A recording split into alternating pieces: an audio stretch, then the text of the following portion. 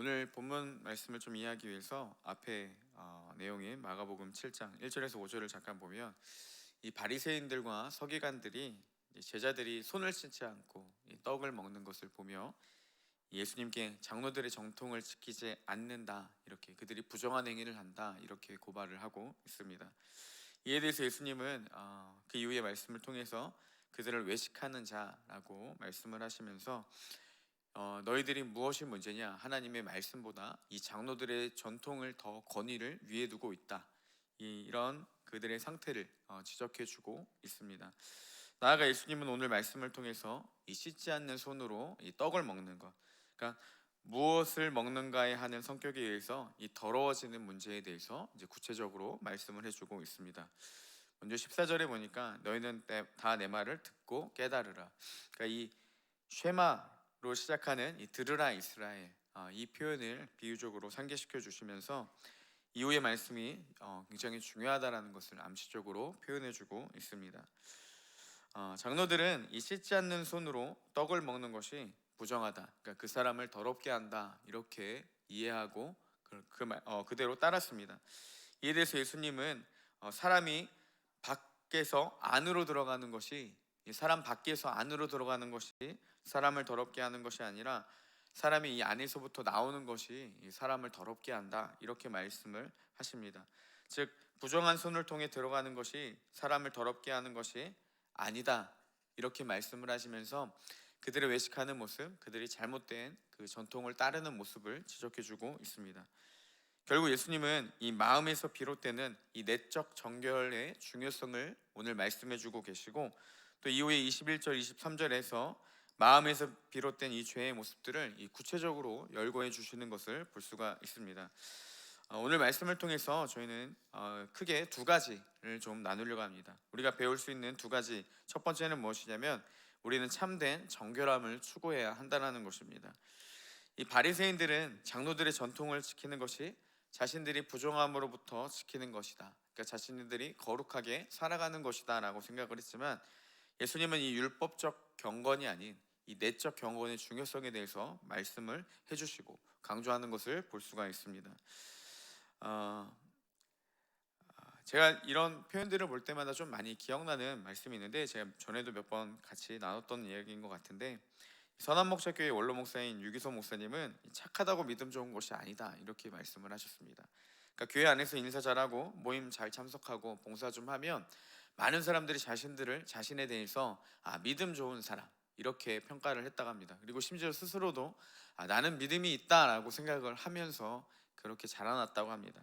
또 이제 목사님의 아들로서 자랐기 때문에 그 행위를 조심히 하면서도 또 굳이 흠도 없는 그런 삶을 살았기 때문에 누가 봐도, 그리고 자신도 이 믿음이 있다라고 생각을 했다고 합니다. 하지만 20대 중반이 되어서 예수님을 인격적으로 만난 후에는 자신의 그런 모든 행위들이, 믿음이 있다고 생각했던 모든 그 모습들이 얼마나 심각한 문제였는지, 내가 참 믿음이 없었구나라는 것들을 깨닫게 되었다라고 합니다.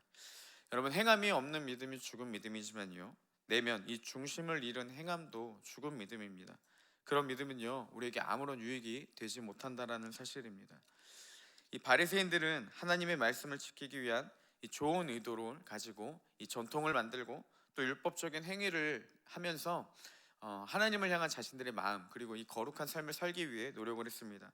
하지만 그들의 그 율법적인 행위의 근본적인 기본, 그 시작하기 위한 그 기본의 중심이 무너져 버리자, 가장 중요한 하나님이 빠지게 시작되자, 오히려 그들을 거룩하게 여기며 따르는 모든 행위들이 잘못된 행위, 그들을 외식하는 모습으로 만들어버리고 오히려 이 율법만을 강조하는, 그 행위만을 강조하는 그런 모순적인 신앙으로 변질되고 말았습니다. 결국 이런 모습이 신앙의 행위만 강조해버리고 하나님이 없어도 이 종교적인 행위를 통해서 우리는 하나님을 잘 따르고 있다, 이렇게 스스로 우리는 거룩한 삶을 살아가고 있다라고 스스로 만족하는 그런 모습으로 변질되어 갔다라는 것이죠. 아무리 거룩해 보이는 행위를 할지라도 하나님이 없는 이 불순한 의도로 나아가는 행위의 모든 것들은 우리에게 아무런 유익이 없음을 우리는 기억해야 합니다. 즉 내면의 중심을 잃어버린 그 행위가 아무리 거룩해 보이는 행위를 할지라도 이 내면 가운데 우리가 하나님이 잃어버린 그런 상태의 모습들이 있다면 그것들은 우리에게 아무런 유익이 없다라는 것이죠. 저는 한때 이 헌금을 하다가 문득 이 습관처럼 드리는 헌금, 그러니까 우리가 아무렇지도 않게 매주마다 드려지는 그 헌금이 과연 나에게 어떠한 유익이 되고 하나님이 이걸 어떻게 받으실까라는 생각이 들었습니다.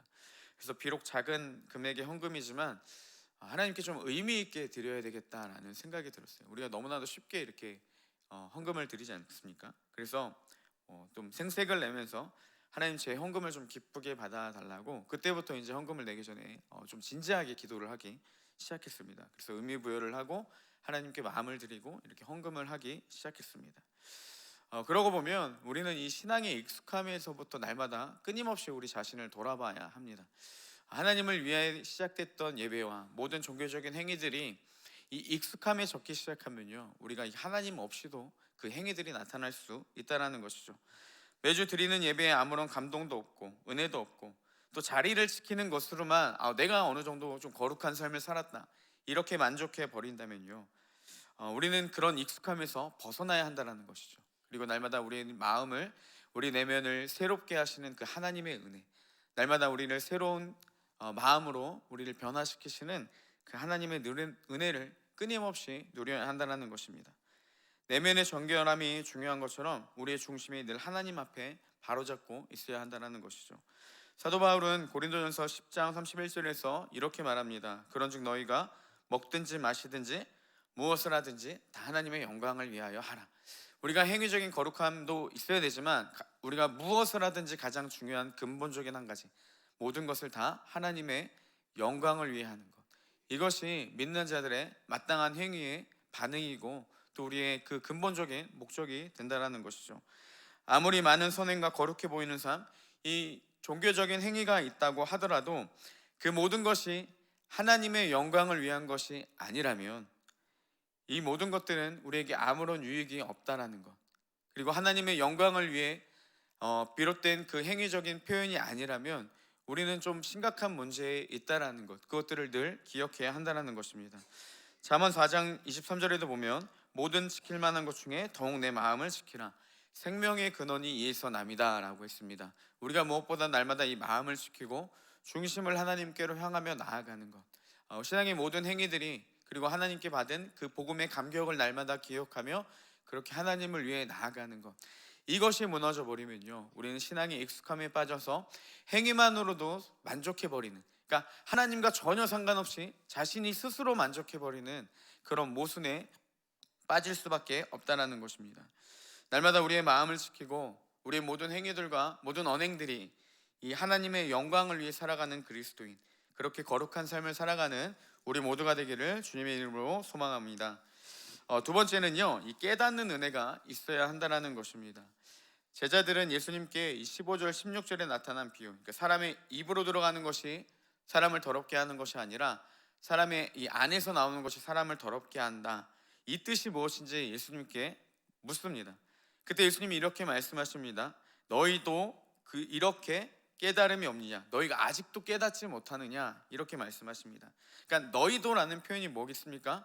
그들과 이 제자들이 전혀 다를 바가 없다라는 거죠. 그들도 깨닫지 못했을 뿐만 아니라 예수님과 동거동락하면서 함께 많은 가르침을 받고 그분의 삶을 배웠던 제자들조차도 아직도 깨닫지 못하느냐, 이렇게 예수님은 책망하고 있는 것이죠. 즉 예수님을 거부하는 자들과 너희들이 전혀 다름이 없다, 이 문제를 지적하고 계십니다. 오랜 시간 신앙생활을 하시면서도 하나님의 뜻대로 살지 못하는 것, 많은 성경적인 가르침과 말씀을 들었지만 말씀과 다른 내 삶의 모습이 있으면서도, 문제가 있는 내 삶의 모습이 있으면서도 그 상태를 깨닫지 못하는 것, 이게 굉장히 심각한 문제라는 것입니다. 아무리 많은 성경적인 지식이 있고 많은 말씀을 읽고 듣고 묵상해도 그 말씀이 내 삶 가운데 아무런 영향력을 주지 못한다면, 내 삶을 변화시킬 그 어떠한 깨달음이 말씀으로부터, 하나님으로부터 오지 않는다면 그것은 굉장히 슬픈 일이라는 사실입니다. 우리의 지성은 죄와 함께 타락했기 때문에 우리는 하나님의 말씀을 깨달을 수도, 그리고 그분의 말씀을 알 수도 없는, 어떻게 보면 이 죄의 습성을 가지고 있습니다. 그렇기 때문에 하나님께서 우리를 깨닫게 해주셔야, 우리 내면 가운데 어떤 울림을 주셔야, 우리가 하나님이 보여주셔야 그 말씀을 바로 알고 우리의 삶을 돌아볼 수 있다는 것입니다. 그러기에 날마다 말씀을 두려움으로 접해야 되고 깨닫게 하시는 이 하나님의 은혜를 끊임없이 구하며 나아가야 된다는 사실입니다. 언젠가 한번 담임 목사님께서 이 새벽 예배를 인도하는 목회자들에게 이 합심 기도를 할 때 꼭 말씀의 은혜 받기 위한 기도 제목을 넣어라, 이렇게 말씀을 하셨습니다. 여러분, 왜 이게 중요하겠습니까? 우리 말씀을 깨닫게 하시는 하나님의 은혜가 없다라면 우리의 삶을 돌아볼 수 없는, 여러분, 신앙생활을 여전히 하면서도 말씀이 나랑 전혀 상관없고 읽어도 들어도 아무런 깨달음이 없는 상태. 그래서 더욱 큰 문제는 무엇이냐? 내 삶에 문제가 있으면서도 여전히 인식하지 못하고 살아가는 것, 문제를 문제로 보지 못하라는 그런 우둔한 상태에 있다는 게 굉장히 심각한 상태라는 것입니다. 여러분, 우리 안에 그 깨달음, 우리 안에 그것을 볼 수 있는 안목이 없음을 인식하고 날마다 우리가 구해야 될 게 무엇이겠습니까? 이 하나님의 은혜, 우리를 깨닫게 하시고 우리의 삶의 문제들을 보게 하시는 그 하나님의 은혜가 있기 위해서 우리는 기도하고 사모하는 마음으로 나아가야 된다는 사실입니다. 우리는 늘 겸손함으로 하나님의 말씀을 대해야 되고 하나님의 은혜가 없으면 안 된다라는 그 간절함과 사모함으로 우리가 매 순간에 하나님의 말씀을 접하고 그분의 말씀 가운데 나아가야 된다는 것입니다. 이러한 사모함이 우리 가운데 있고 또 말씀을 대하고 접할 때마다 날마다 우리를 깨닫게 하시는 하나님의 귀한 은혜가 우리의 매 순간에 매일의 그 경건의 삶을 통해 나타나기를 주님의 이름으로 소망합니다. 우리 함께 기도하겠습니다.